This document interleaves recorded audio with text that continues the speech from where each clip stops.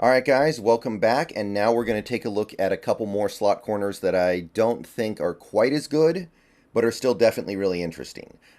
These are guys who would probably be better slot corners than Kobe Bryant. Maybe not immediately, but eventually. So they have to at least be looked at, right? If they're better than what we have, we have to at least consider it.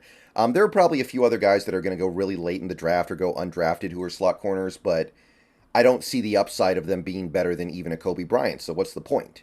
But these two guys, I see it. We're going to start with Travius Hodges Tomlinson. Yes, he is related to the great LaDainian Tomlinson.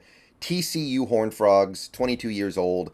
This guy's very small, 5'8", 178 pounds, 29-inch arms, 8 and 5/8 inch hands. So it's going to be a lot of slot corner reps for him when he gets to the NFL, almost certainly.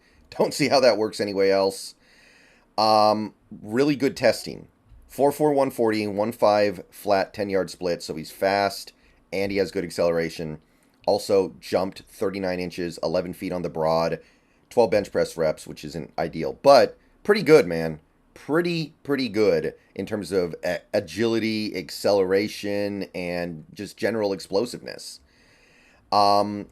Most big boards that I looked at had him in the third. Some actually had him in like the fifth. They really weren't that high on him.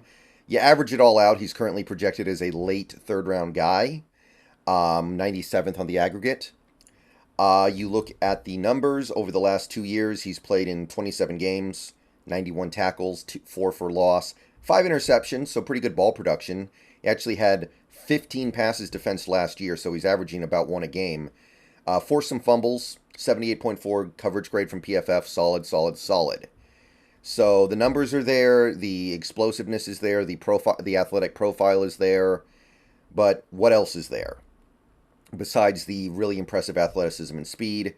When he's in man defense, he's really good at sticking with receivers. He's got the short area quickness and change of direction and reaction times to quickly change where he's going and just mirror receivers up and down the field. Really good in man.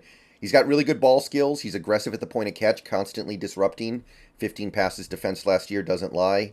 His transitions when he's flipping the hips, going from facing forward to facing away, smooth and quick. So tough to beat him deep. And when you beat him, he's fast enough to get back into play.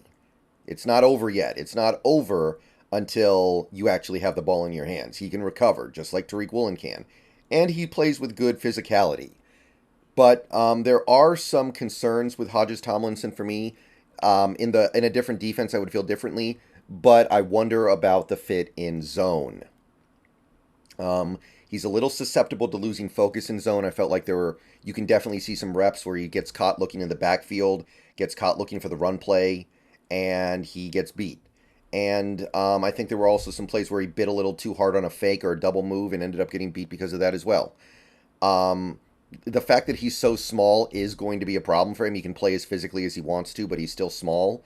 He is going to have to become a better tackler technically as well, especially if he's going to be a slot corner. Right now, I mean, there's some stuff he'll never be able to overcome. He's too small. His arms are too short.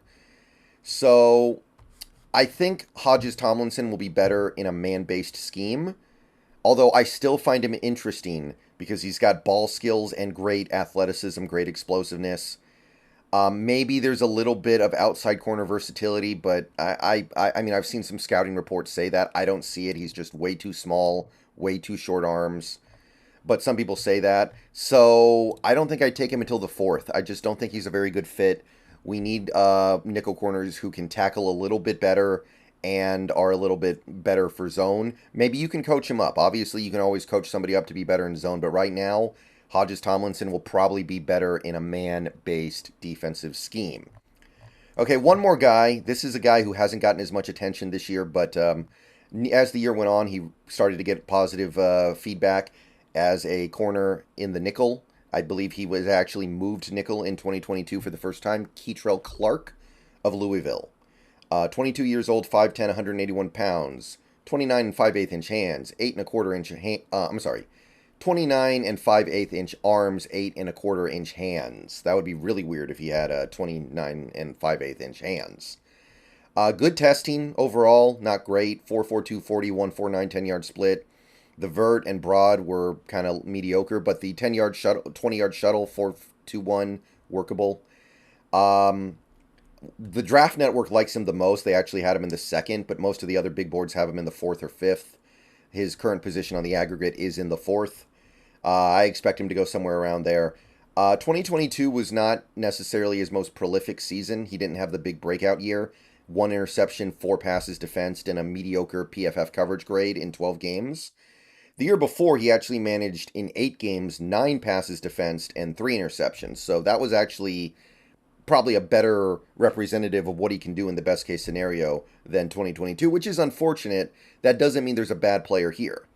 He moved to slot corner in 2022. That's part of the reason why he struggled. He was adjusting to that new position, and he didn't do terribly. And I believe that having that year under his belt, if he goes to the NFL and does it now, there's a very good chance that he'll be able to do better in 2023, even though he moves up. He's got decent ball production, at least he did in 2021. He's got a good nose for the football, as they say. He's always finding himself around the football. He's a great tackler for his size. Did play a little outside corner at Louisville, like I said, in 2021 and played well. I don't know if it's going to translate, but it's within the realm of possibility. He's good in press as well. If you play him outside, he can press effectively. He's actually pretty good at getting physical and up in a receiver's grill.